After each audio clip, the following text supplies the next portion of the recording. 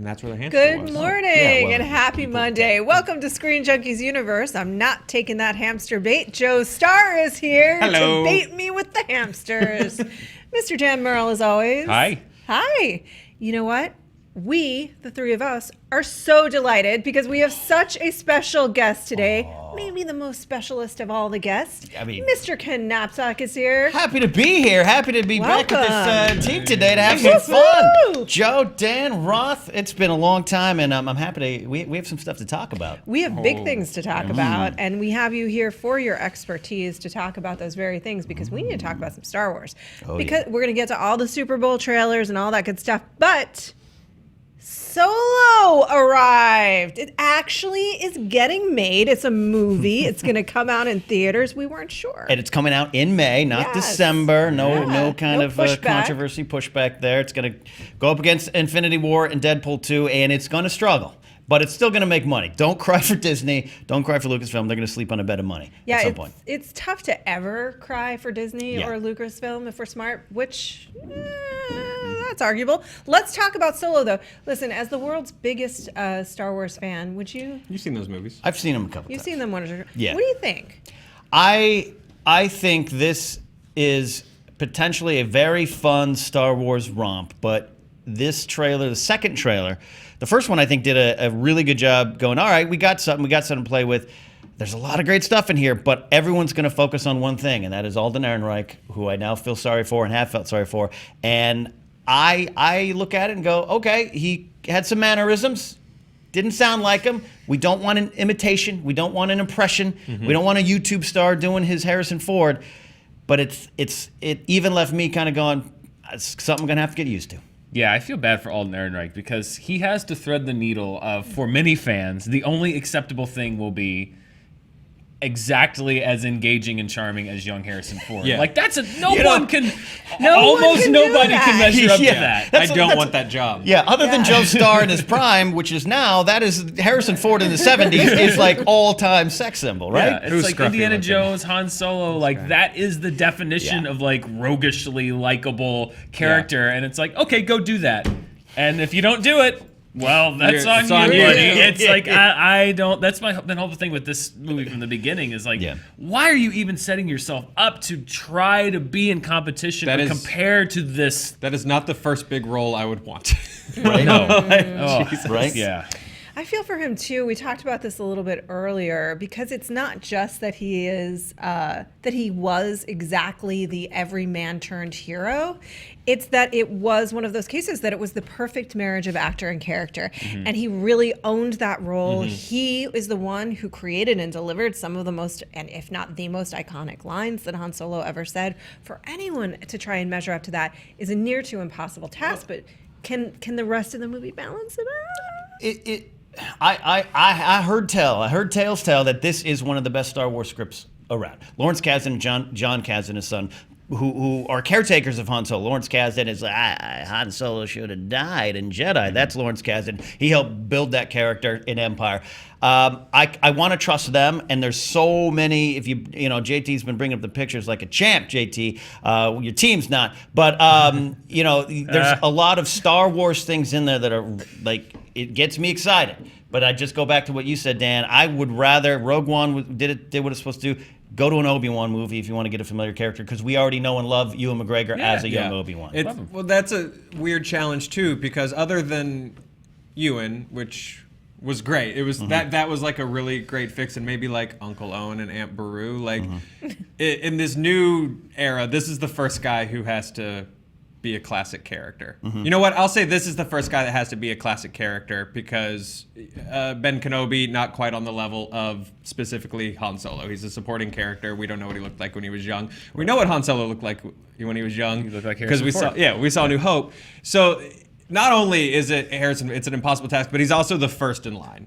Yeah. You know, I would have felt equally bad if they had the lady that did the mocap for Leia at the end of Rogue One just be Leia and not do. I would have felt just as bad for that poor girl. Right. Yeah. Well, you raise a point. If this had been 14-year-old Han Solo, this might have been an easier Yippee! buy for Leia. Yeah. No, if you're Millie Bobby Brown doing Princess Leia, which is Which last, again, I think it's a different kind of thing.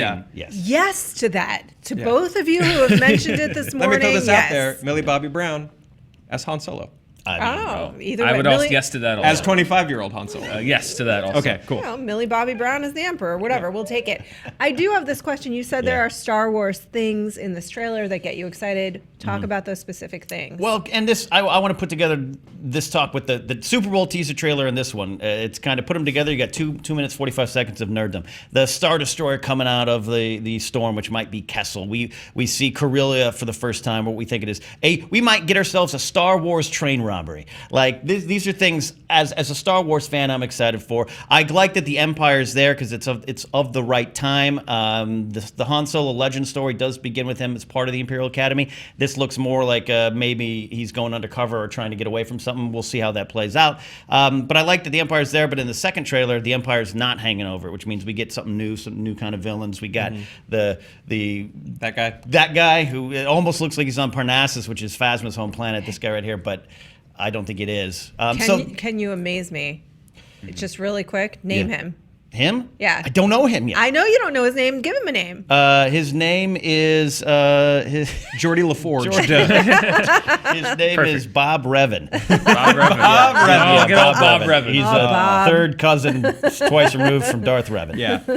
Yeah. Sorry, go ahead. No. So in terms of the stuff that's there, I think it looks fun. Just if you could try to say, like, I'm excited. To be clear, I'm excited. But I know other people aren't, and that's okay. We live in a world where you could kind of take a breath and maybe figure things out when the movie comes out. Joe, give the internet hope. But I know some people already, you get hammered if you don't love it, Dan, right? And that's not fair. Yeah, and I didn't. So, and I didn't hate it either. Yeah. But I'm going to jump you in the parking lot afterwards. Exactly. That's fine. No, we're going to get in a fist fight, but that's Shank fine. It happens. I don't. If it's any help, I don't feel worse about it than I did before. I feel exactly the same, and I didn't. This trailer, it's a first trailer. You're not going to get a good grip on really anything. That's every first trailer, but I think for me, a lot of it is just that this one kind of leaned very heavily on the Star Wars iconography of like the Falcon, Star Destroyers, Chewie, and it's like that stuff got me super excited when Force Awakens came out because that was the first time I'd seen new footage of any of those things in 30 years,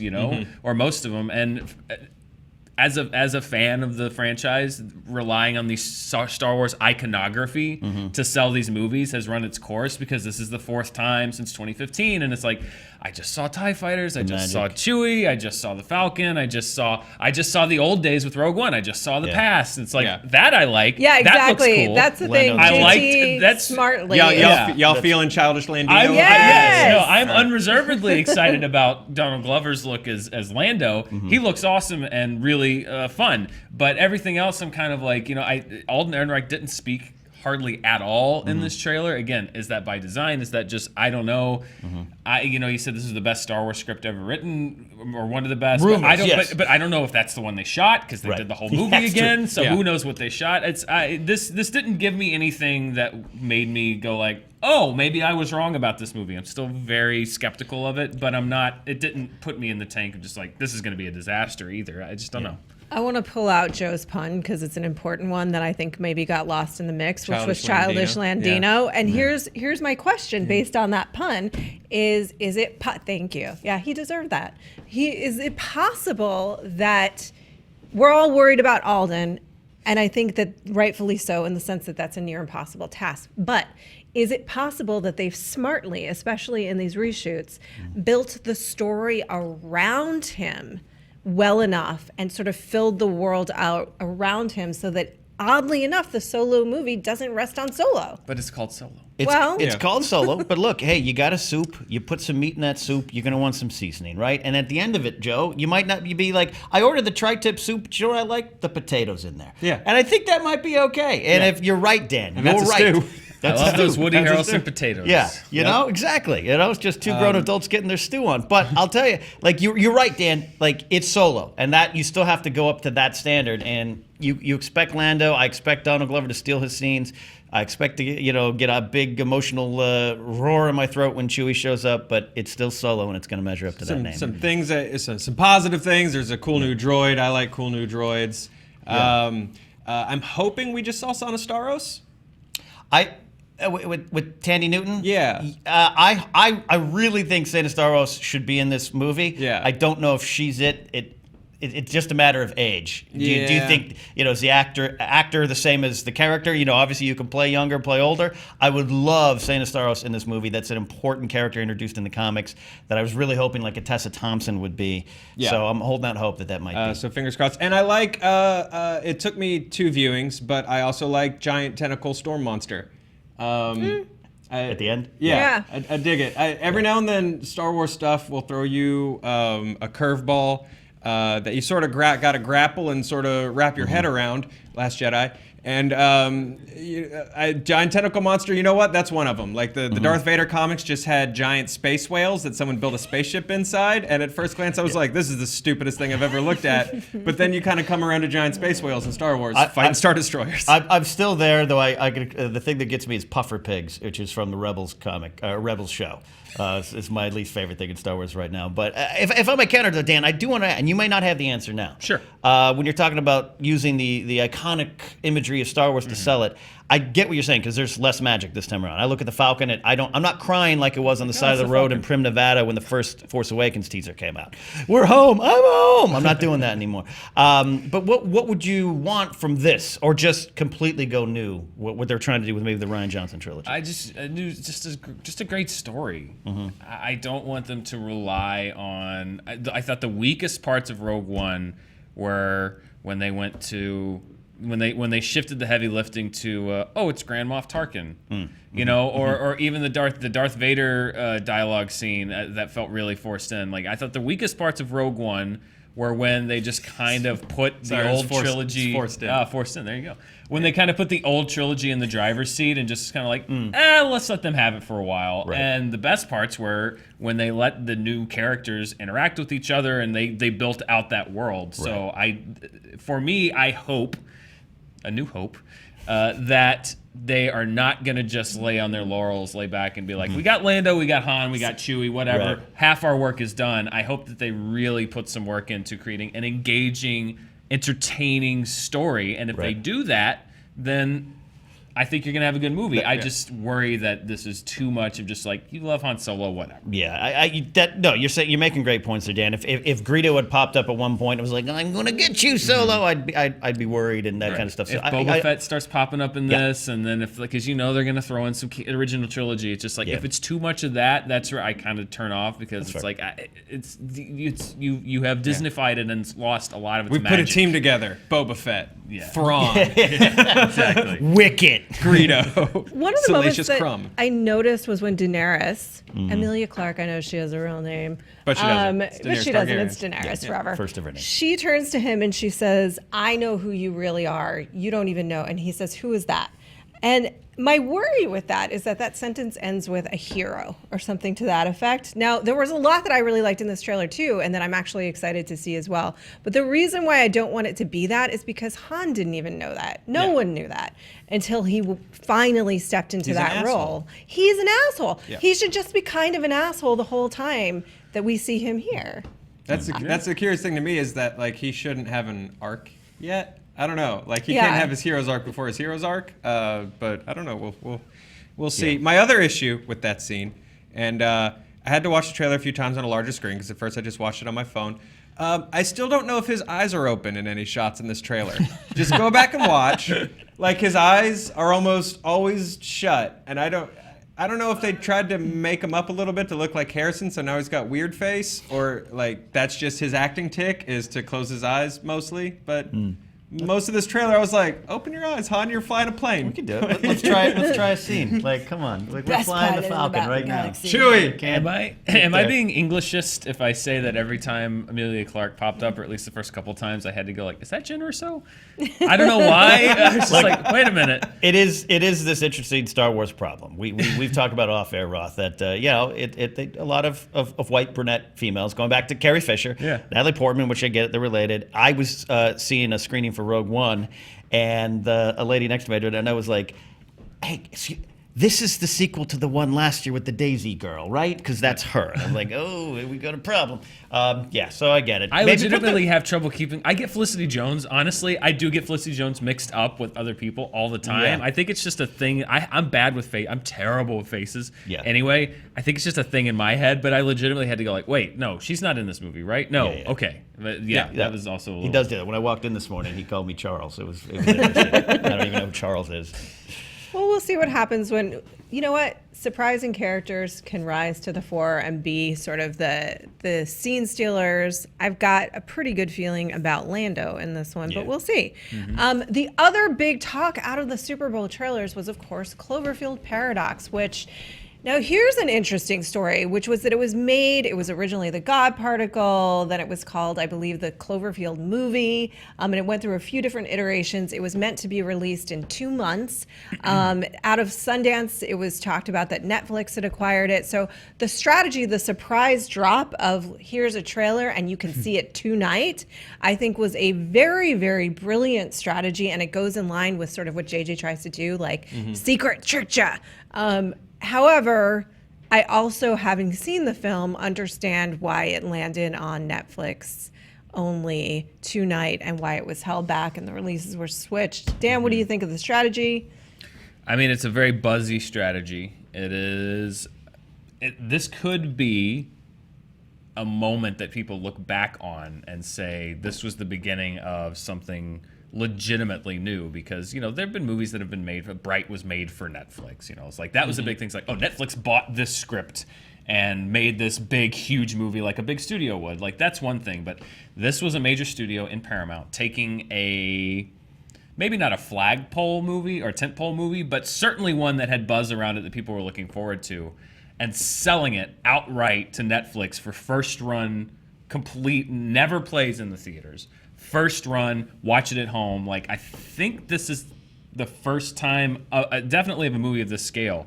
And Paramount has done this. I was reading about this last week. They did this with Annihilation everywhere except for North America and China. The Annihilation is the Natalie Portman movie coming out from the director of Ex Machina.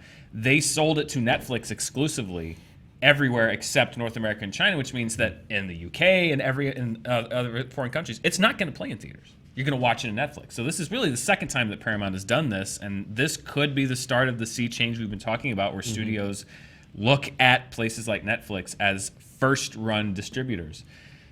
There's a reason they do that. It's Netflix buys them, and I was reading, it's profitable. This movie, Cloverfield now, is profitable because Netflix bought it for probably all the expenses, and Paramount has made their money. Now they're not going to make any more money. That's the thing. They're hedging their bets. They're saying, we're going to make our money back now. Netflix has it now, but they're not going to have Blu-rays. There's no potential of it becoming a breakout hit and Paramount making however much more money. It's Paramount saying, this is how much we believe in the project. Is we're going to sell it to Netflix for this amount of money. That's how much money we're going to make, and that's the end of it. Best case, the fact that we did this continues to keep you interested in Cloverfield movies more so than just this summer. Right. Another one. Right.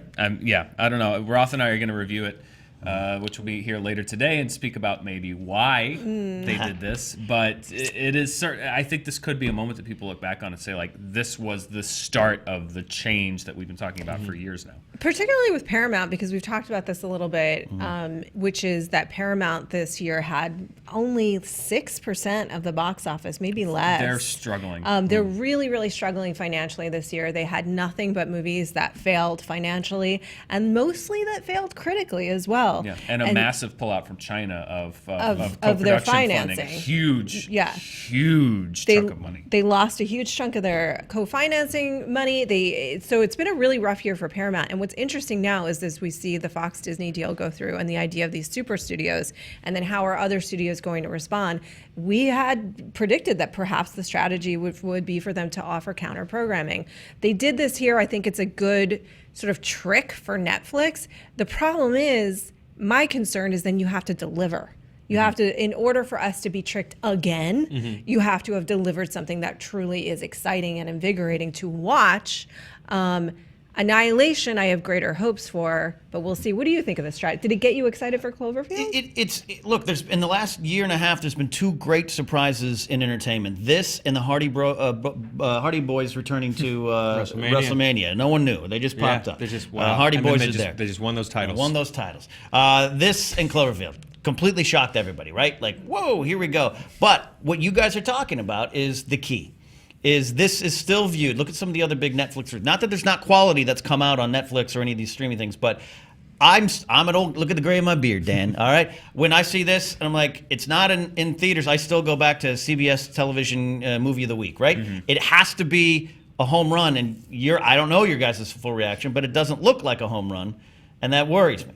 You know, there needs to be that first one, Joe, needs to happen where it comes out and we go, this is worth my time on my couch. Yeah. And then we'll believe it. And we'll get there, but sounds like we're not there yet. I mean, they got the buzz part right. The buzz right. That release strategy, if you want to get people talking about your movie, brilliant move. Mm-hmm. Don't confirm that you bought the movie and then during the Super Bowl just say, here's the movie. By the way, it's officially a Cloverfield movie. By the way, it ties into the first one, or at least that's what the ad says.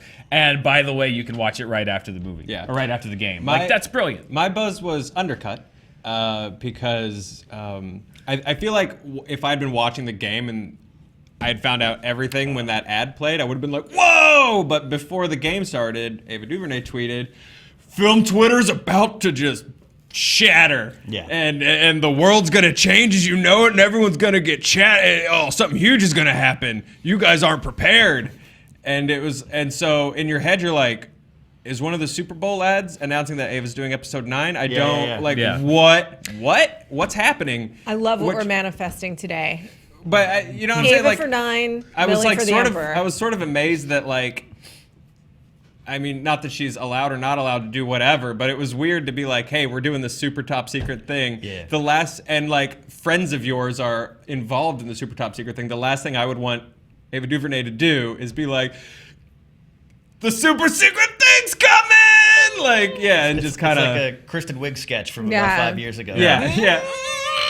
Yeah, I saw that tweet too, and I imagined it was. And it's weird that she was the one. She certainly worked with Netflix. Well, it's probably JJ, Disney, JJ, Netflix, yeah, Robot, all that stuff. Everybody's in a room talking. I want to be in that room.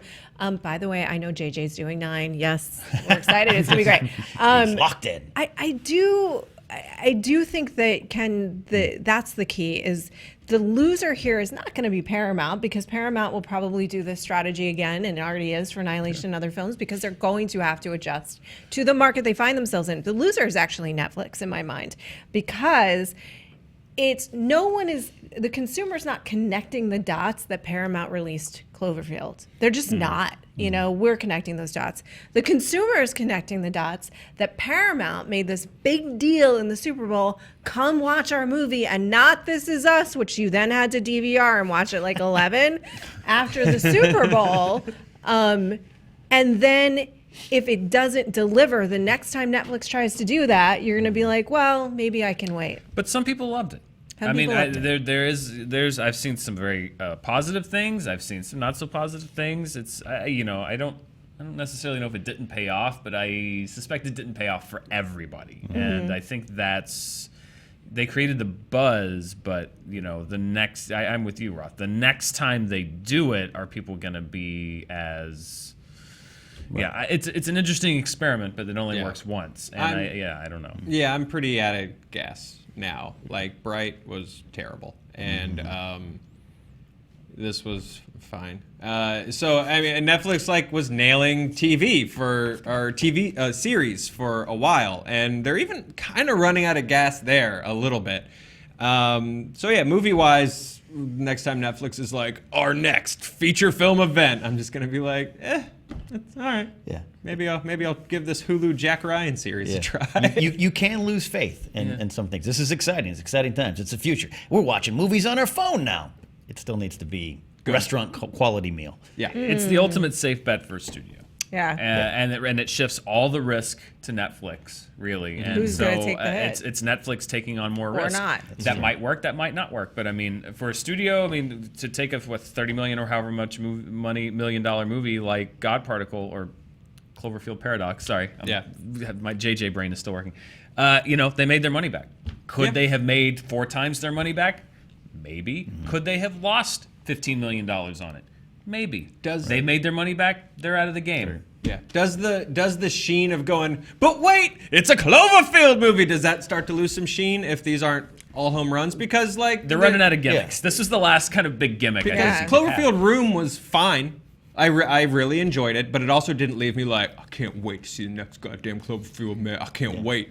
I can't wait to just get along with that Cloverfield and just put it in my it. body. I did too, but like it didn't like excite. Oh man, Eddie where's this going? six movies from now? Yeah, Cloverfield.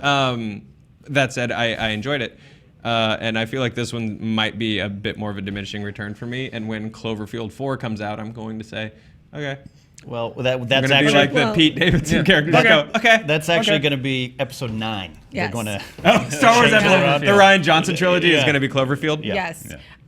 We'll see. I would imagine the next one would probably be directly to Netflix as well, unless it's a very different kind of a film. And these have been Films, Battlefields. Battlefield. I disagree. Exactly. The next one, because they have to keep doing Cloverfield tricks, the next one will be on a cassette tape and it will be an audiobook. That very well may be. And I will say this, Ken. We Read talked by about Millie, we're Bobbie, watching Yes. movies on our phones right now, and I imagine there's a cadre of little fairies that surround Christopher Nolan at all times, and every time somebody says that or does that, one dies. There were other trailers this week, you guys. There were other trailers on the Super Bowl that we'll run through pretty quickly at a rapid click because why not?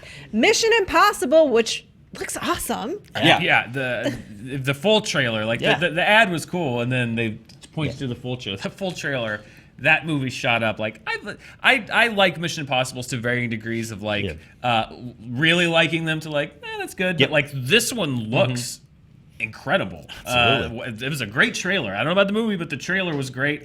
I love Henry Cavill. Yeah. He looks like he's kicking ass. Yeah. That mustache Oh, was worth yeah, it. that mustache. It was worth the Great. baby Worth That mouth. it. mustache should have been on Superman. It should That have was been a on dope Super- I agree. mustache. It should have been on Superman. into it, man. Yeah, this movie shot up to the near the top Yeah. of my list because Yeah. they put together a damn good trailer for Look at this that. movie. Yeah. Yeah. Absolutely. That's a badass Nothing Superman. but respect for my Superman. And Look at that dude. I'm going to get that's a good fighting style. You just kind of Yeah. like Also, that's like just that. what I do in the mirror every morning before I Well, come to work. You throw I'm someone like, through it? throw yeah, someone through it. yeah, I do. My self-esteem. I have never been excited about a Mission Impossible movie, and then I go see the Mission Impossible movie, and I'm like, that was really good. But I enjoy every one of them a lot. And Yeah. but then every time a trailer drops or they announce one, I go, okay. But this one I'm actually really excited for. So who knows? Yeah. I might actually die in the theater. Yeah, Dan, you said it well. Like, I love the fifth one. I love the first one. The other ones, I'm like, oh, okay, there's some cool stuff in there. And I love Tom Cruise. I know he probably paid for half of that regional Scientology ad yesterday. I get it.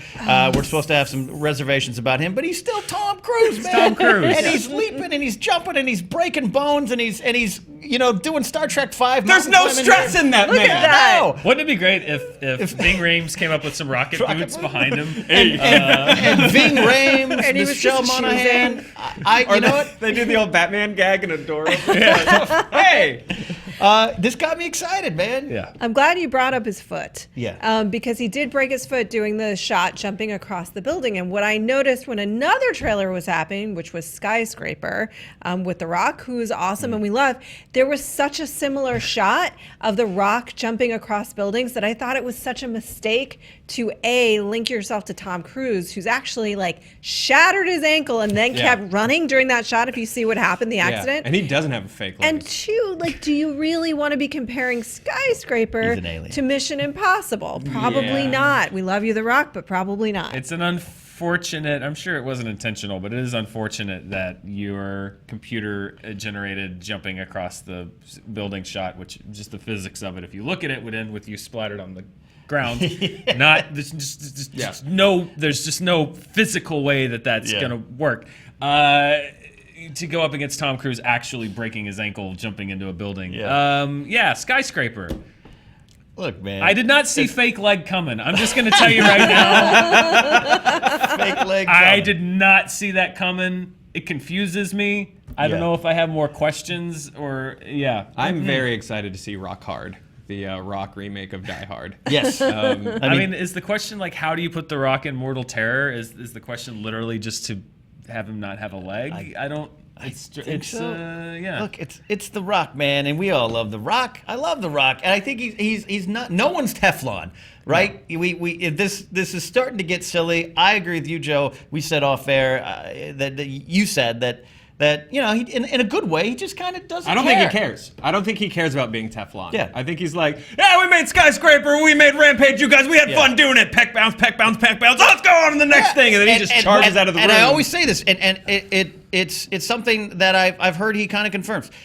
He came up in an era of wrestling, and it's a little different. It's kind of the same, where he was on the road 330 days a year. His work ethic is done next, hit the gym, stack of pancakes, make something else. I think he's already on to something else. He's made 3 movies this morning.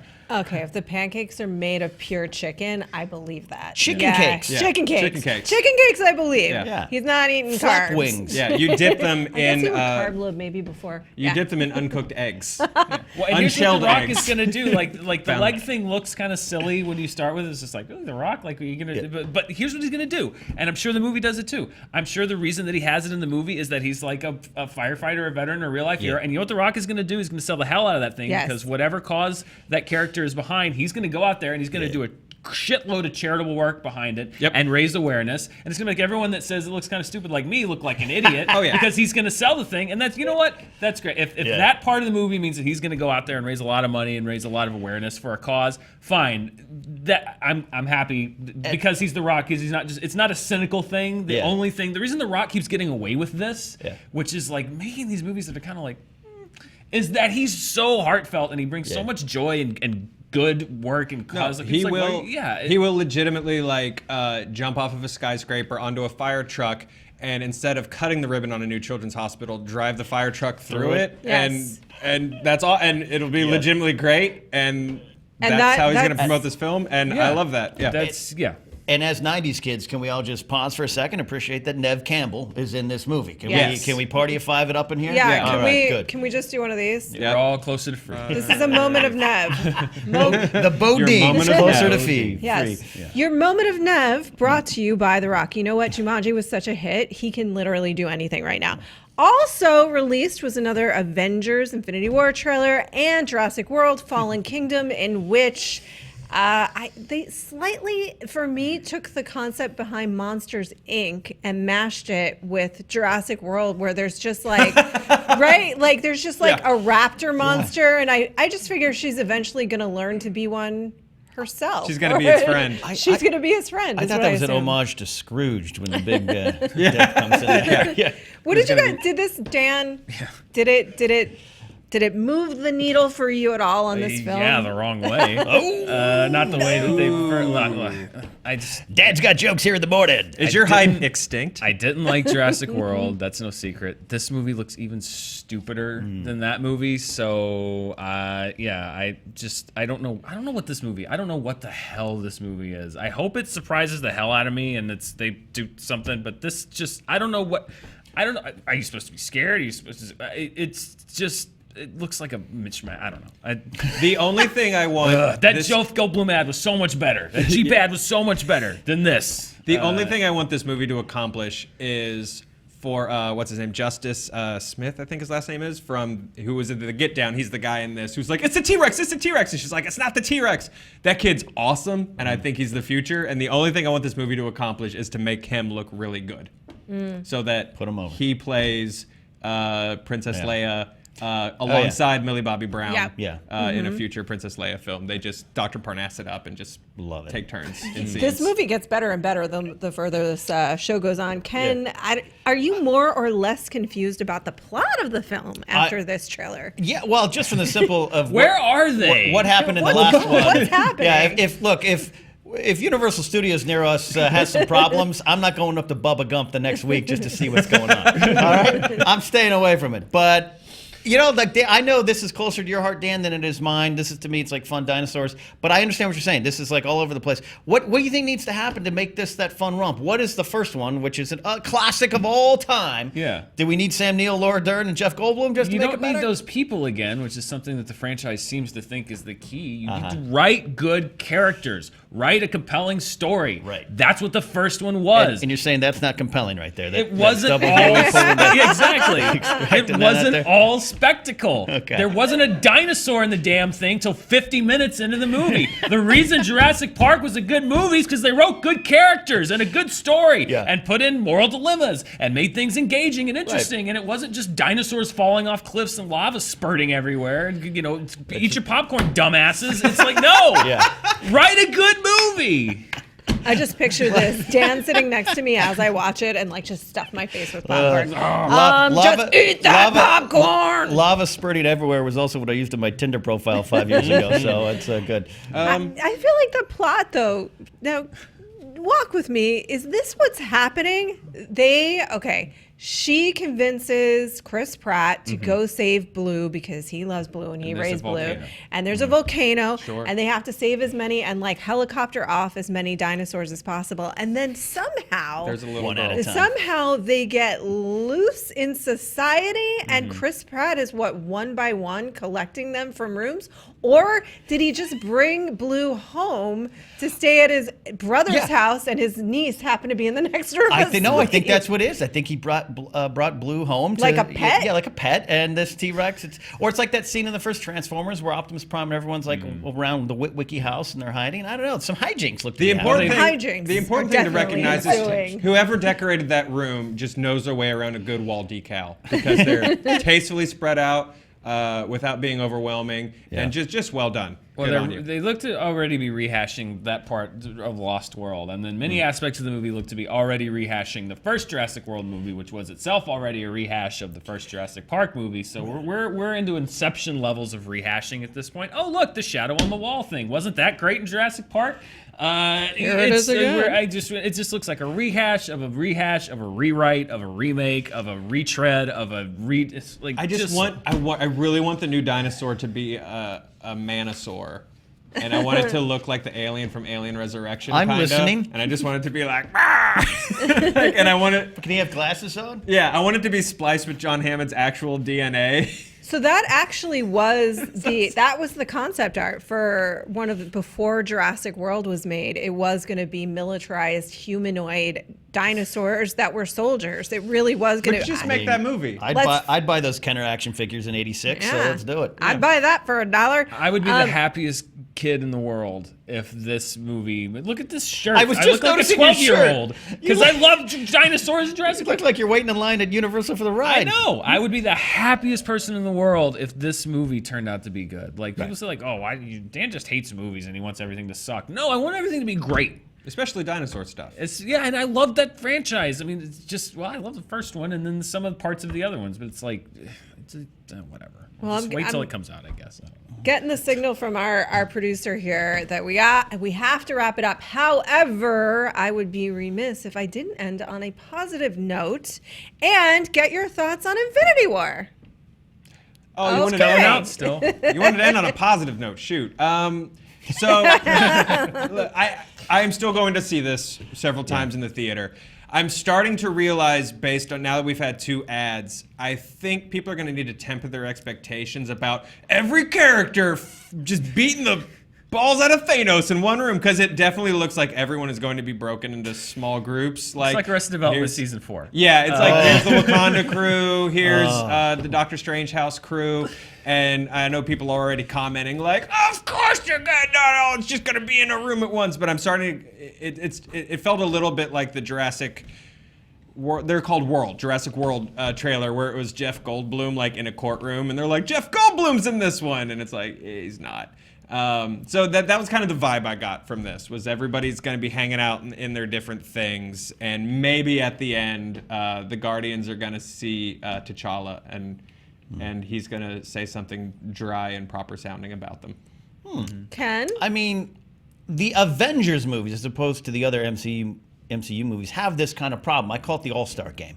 If you watch like the Major League Baseball All-Star game, I love baseball, but I don't want to watch Wade Boggs play for an inning and then Don Mattingly comes in for an inning. I want to focus on one person, Black Panther. That movie's going to kill for a lot of reasons, but one of them is we are focused on one set and story, and that's not a critique of the Avengers movies. They're good. They're for a reason. But Ultron had that problem for me, even in the first Avengers. I will admit that, where it's like, Things are happening. It's everyone on the screen, and they're connecting, or the rest of that's we've made a huge mistake. And I just kind of go numb, and I'll wait to the solo films, not the solo films, but the individual Marvel films where I can focus on one story for a long time, not just be all over the place. I mean, I'm at the same place with Marvel as far as the iconography goes. As far as like, I know these characters, I've seen these characters, I've liked most of the movies these characters have been in, but just showing them to me at this point is like, oh, like Iron Man standing next to Doctor Strange, cool. How's the movie? Yeah. And that's kind of where I am with all of the. With the And I'm not trying to drag it, so settle down. But you guys look to us to react to trailers, and I saw the trailer, and I had that reaction. Right. Very well. I hope it's it all comes down to how the movie is. Yeah, I think look, I believe in the Russo brothers. I think it'll be a good movie. They've done very well with multiple characters in the past, in keeping with our da-na-na-na, da-na-na-na-na, da-na-na-na, Joe Bluth, da-na-na-na-na, magic, da-na-na-na. I'm there. Speaking They're of magic, illusions, Roth. thank you. They were They're illusions. illusions. They were illusions. Forgive me. You're absolutely right. We have some illusions and magic for you guys to watch. One of which, produced by Mr. Joe Starr, Anime Prep School Volumes 1 and 2, With the starring delightful Emma Fyfe. Yes, starring Miss Emma Fyfe. Available on ScreenJunkies News. You should absolutely check it out. You will learn many things about anime. You will be delighted and entertained. Cram It for 50 Shades of Grey is on the ScreenJunkies main channel. That is where we save hours of your life by condensing those first 2 movies into 7 mildly amusing minutes. And we would be remiss to say that Wildly if we didn't amusing. say that it was not knocked out of the park by our own Roth Cornet. Killed it. Crushed Oh, We couldn't burn the negatives, so we did the next best thing. Yes. and the team of brilliance here at Screen Junkies. Oh, and we will have a charting with Dan this afternoon and our Cloverfield Paradox review later today. That's exciting. And we will have a Black Panther review tomorrow morning at 9 a.m. So stay tuned for that. Those are the things. Those are the things. A lot of things. Da-na-na-na. That's my outro. Da-na-na. Ken, where can the people find you? Hey, if you want to hear me talk Star Wars more and more, go to the Force Center podcast. Feed me, Joseph Scrimshaw, Jennifer Landa. We're talking Solo probably all week and the rest of our lives. We're there. Season 5 of the Movie Trivia Schmodown has begun. A lot of fun stuff going on there. Beautiful. So glad to have you here. Seriously, welcome. thanks for bringing me back in the house. I love it so much. It's good to have you here. It really is. Thank you. Thank you. Thank you. course. Thank you. It's Cognac shake. Da-na-na-na. Da-na-na-na-na. We can Macho. da-na-na.